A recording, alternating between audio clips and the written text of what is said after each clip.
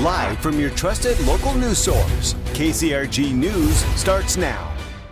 Good evening, and thank you so much for joining us for the KCRG-TV9 News at 6. A lot of weather going on today. I-80 has been closed for a while, but we'll get to that in a minute. But first, we're going to start out with AJ Rickman because it is a first alert forecast day. Yes, we do have a first alert day that has been declared. We've been talking about it for a couple of days now. It's the second of two back-to-back first alert days we've had this week.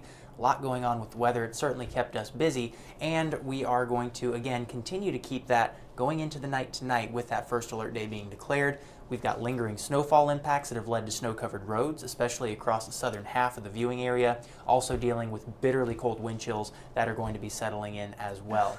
Gosh. So certainly a lot to get to, so let's go ahead and jump right in. That first alert day, like I mentioned, is tonight. It carries through the night tonight for those lingering impacts from the snow that fell earlier today across the southern half of our viewing area, as well as those bitter wind chills. Everybody's under a cold weather advisory for tonight lingering into Sunday morning. Wind chills 25 to 35 below zero. In those conditions, frostbite can set in as little as 30 minutes. If you can, just avoid being outside altogether tonight and really through the morning hours tomorrow. If you need to be outside, make sure that you bundle up, listen to your body, and if you feel yourself getting cold, step inside and do what you can to get warmed up. It's already cold out there. These are our air temperatures, not wind chills, air temperatures. 0 degrees across Decorah, Fayette, Charles City, and Dubuque, 4 below zero in Tama, 3 below zero in Cedar Rapids, and it only gets worse as we go through the night. Wind chills right now, 15 to 20 degrees below zero across the area, and those again will also be falling through the overnight hours. We did have snow that fell earlier today across portions of eastern Iowa. You can see that the snow has moved out. Clouds are clearing out as well with those clear skies and that fresh snowpack. That's going to really set us up for some quickly falling temperatures through the overnight hours. But it's also very easy to see where that snow fell earlier today. We do have partially to completely covered roads across generally the southern half of our viewing area. It gets worse the farther south you are, and we are looking at completely covered roads around Iowa City, but if you look closely just to the west of Iowa City, you'll see that red stripe along I-80 between Iowa City and the I-80 marker. That is for that stretch of interstate that was closed earlier today, as there were several accidents that needed attending to. Emily will have a little more on that coming up in a bit. Right now, roads in the Iowa City area, again, snow on the roads. If you can avoid travel tonight, that is ideal. If you have to be on the roads, please drive slowly and carefully. Cedar Rapids roads are a little bit better where they didn't get quite as much snow today. You can see especially at Diagonal Drive. Again, not quite as much snowfall there, but again, take it slow and take it carefully around the Cedar Rapids area, as we did get some snow today and that did lead to some travel impacts.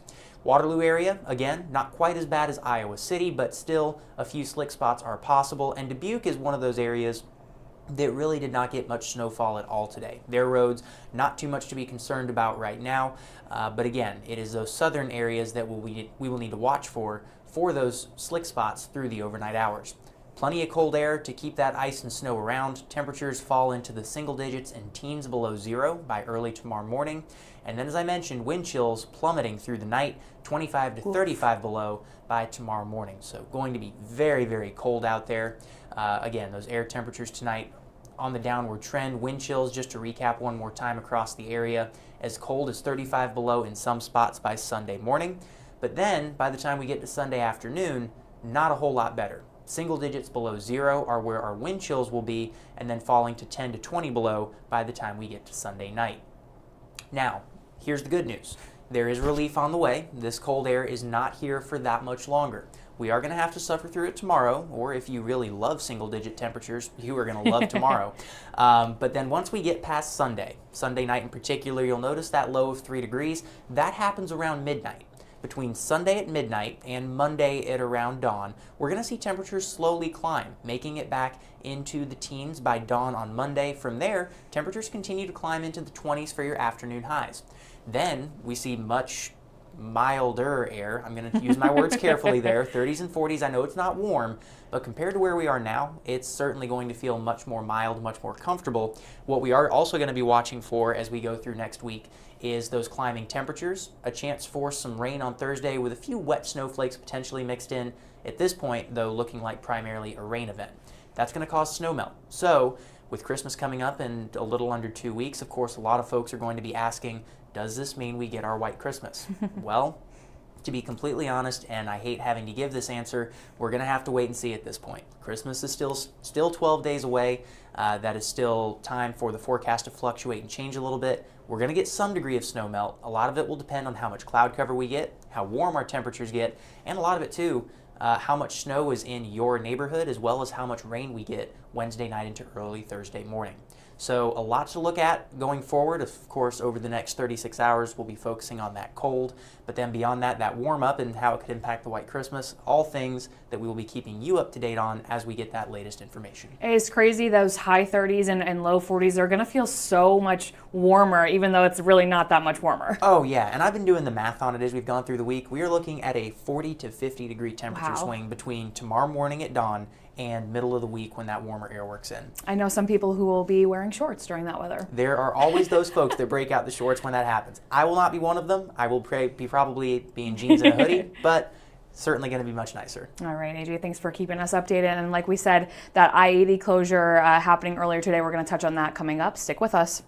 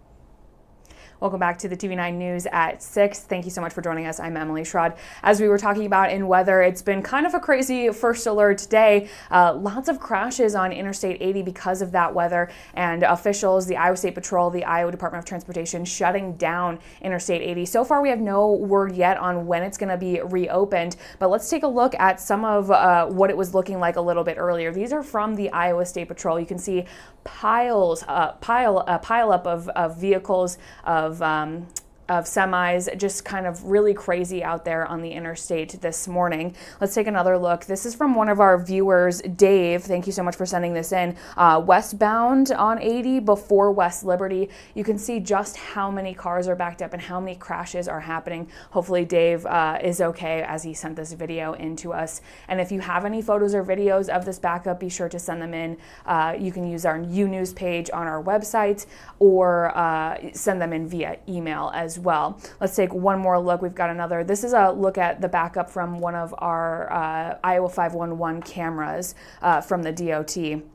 Again, just you can see how crazy this backup was today. Officials, like we said, closing the interstate down to allow emergency vehicles to get in and try to help those who are out there in that backup and try to help get it kind of cleaned up.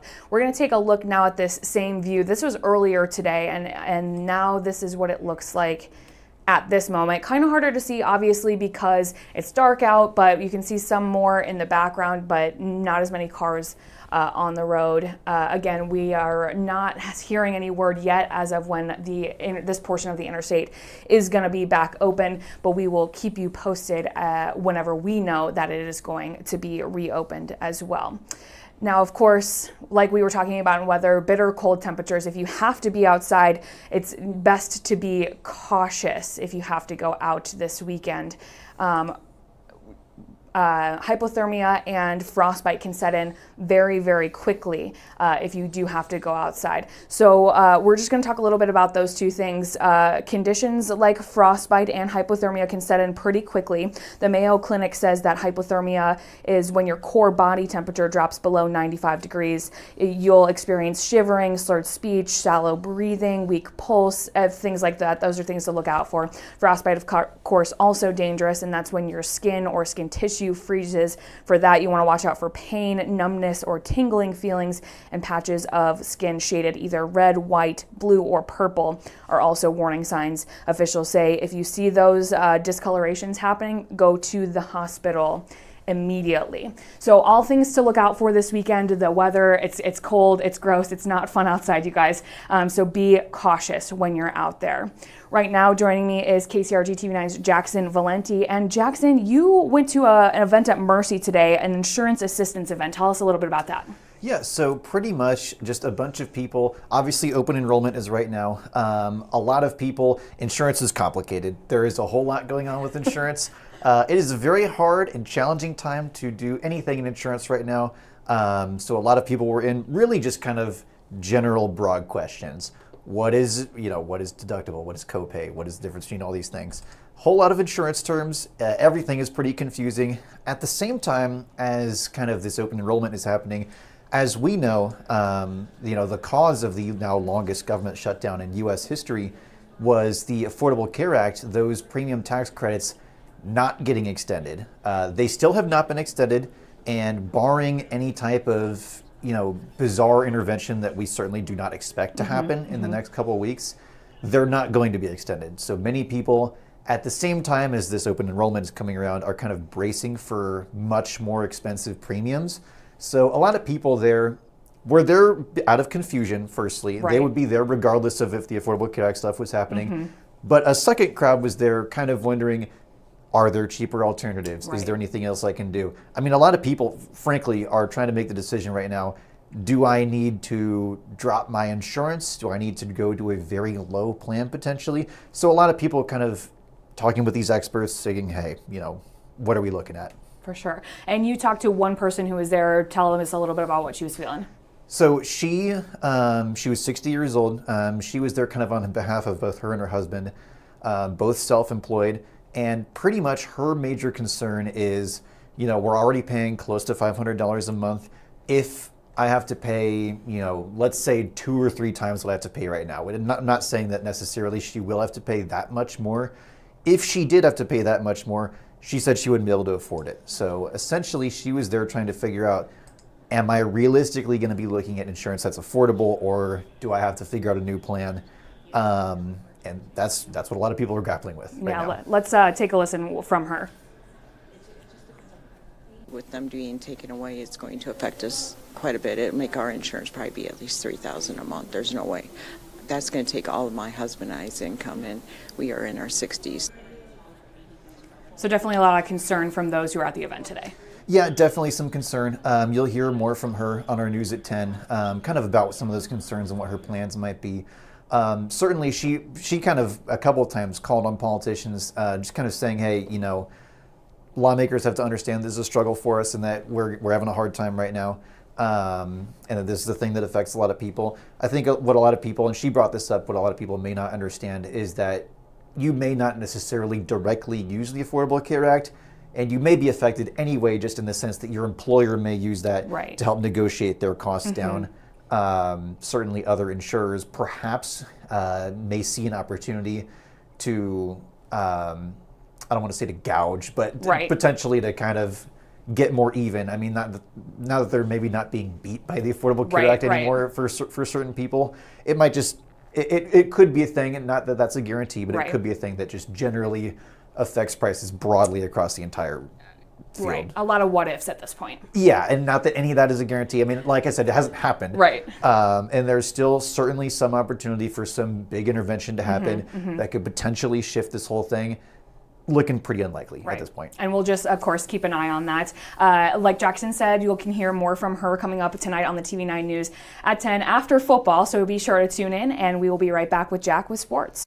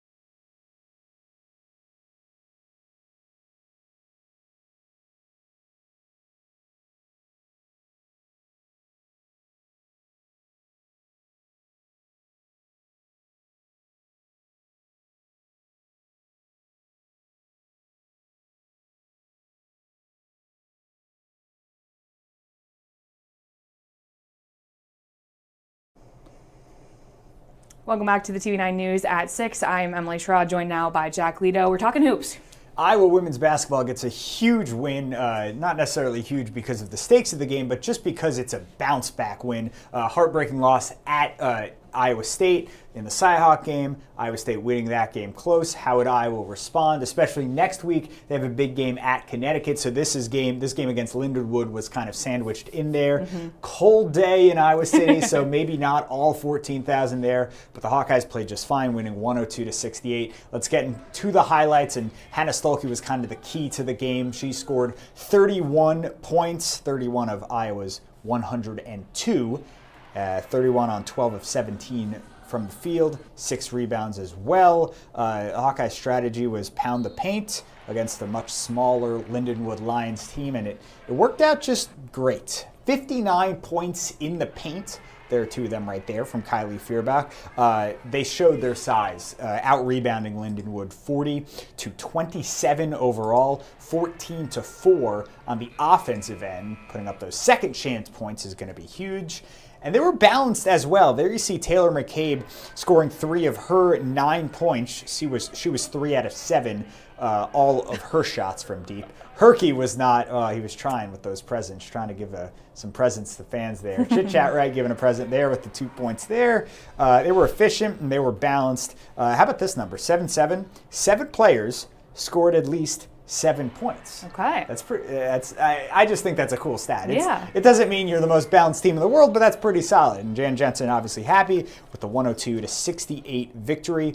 Next up is UConn. Iowa going to face the number 1 team in the nation. It's not at their place. It's in the Barclays Center in Brooklyn. But Hannah Stolke, who had the huge game, is going to need to be huge to take on Sarah Strong, the potential number 1 overall pick in the WNBA draft in a couple of years for UConn. Huskies are the number 1 team in the nation for good reason, but all you can do is win the game in front of you, and that's exactly what Iowa did today. And I gotta say, I love Jan Jensen's outfit there. It was very sparkly, very cool. That's not a surprise. You always love Jan Jensen's outfits. Yeah, she always comes to party. Yeah, Iowa, we'll have more from the women tonight. Colin Davies was there, and he'll do a story on Hannah Stolke, her 31-point performance. The men, Iowa men play tomorrow, as do the Iowa State men, and the Iowa State women play in the in-state matchup against UNI. Before we go, Emily, I want to show you what happened last night as the Mount Vernon girls played the Williamsburg girls, and with the pressure on, great players, they deliver. That's exactly what Savannah Wright did